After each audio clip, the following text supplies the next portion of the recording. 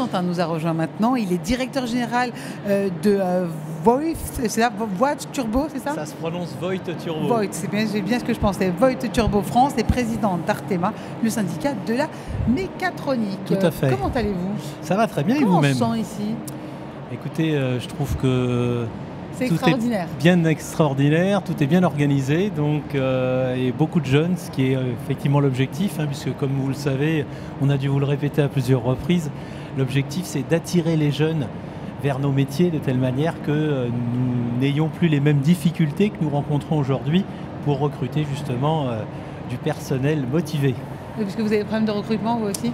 On a toujours des problèmes de recrutement, et ce à tous les niveaux en fait, dans le domaine technique, que ce soit au niveau des opérateurs sur machine, que ce soit au niveau des techniciens, ou que ce soit même au niveau des ingénieurs. Et qu'est-ce que vous pensez de l'implication actuelle des entreprises du monde de l'industrie justement dans la préservation de l'environnement, dans la prévention écologique? Écoutez, je pense qu'on pourrait faire beaucoup mieux. Je pense que si on veut véritablement, si vous voulez, prendre ce problème à bras-le-corps, et Nicolas Hulot en parlait hier soir, il faut qu'on passe à la vitesse supérieure, et moi je suis convaincu que les entreprises peuvent faire beaucoup mieux en la matière. Elles en ont pris conscience? Pardon? Il y a une prise de conscience? Il y a véritablement une prise de conscience, je crois, mais si vous voulez, cette prise de conscience se traduit d'abord essentiellement par, on va dire, des actions que j'aurais tendance à qualifier d'un peu classiques, c'est-à-dire, on va vous parler de traitement des déchets, c'est très bien, on va vous parler d'isolation des bâtiments, c'est très bien aussi, mais je pense qu'on n'est pas véritablement, on ne prend pas les actions ou les mesures nécessaires face à l'enjeu qui est autrement important. Qu'est-ce qu'il faudrait faire? Ce qu'il faudrait faire, je pense, c'est notamment peut-être un petit peu plus et même beaucoup plus motiver nos personnels.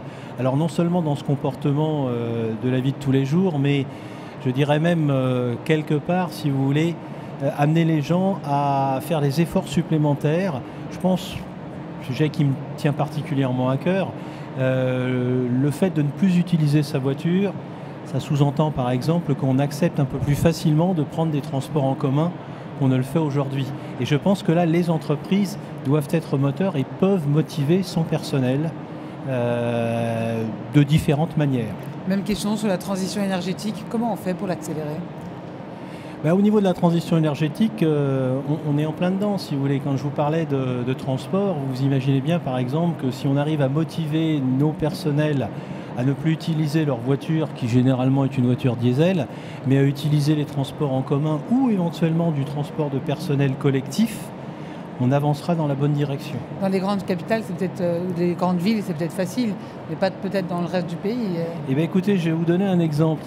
Quand moi j'étais plus jeune, il y a quelques dizaines d'années, si vous voulez, les grandes entreprises avaient des systèmes de ramassage de leur personnel. Ça se fait encore à l'étranger? Ça se fait encore à l'étranger, chez nous ça ne se fait plus du tout. Je vais vous citer une anecdote. La Redoute, je crois, il y a quelques années, 2 ans, 3 ans, a tout simplement décidé d'arrêter son système de transport de ramassage du personnel, non pas parce qu'en fait il ne voulait pas financer ce système-là, mais tout simplement parce qu'il n'y avait plus, parmi les gens du personnel, suffisamment de personnes, on va dire, pour justifier ces quarts.